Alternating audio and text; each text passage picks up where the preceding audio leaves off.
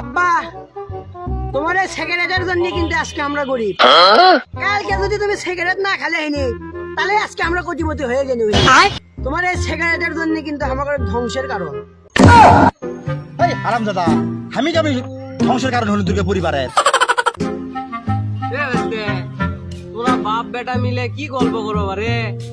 আর কোটিপতি কে কে করে হইলে আমাকে না কত? কোটিপতি?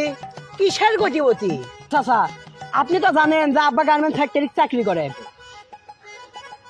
কালকে হচ্ছে কি গার্মেন্টস ফ্যাক্টরিতে আগুন লাগে, 10 জন শ্রমিক মারা গেছে।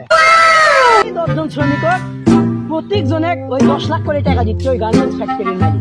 কি কও ভাইস্তে, 10 লাখ করে টাকা দিচ্ছে? আচ্ছা সেটা নাই বুঝলু, তা তোমরা ওই 10 লাখ টাকাতে কেমনি কোটিপতি হলেনি?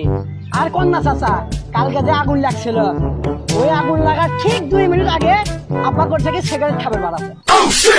ঘটনায় রে, তারপরে কি আছে শুনি?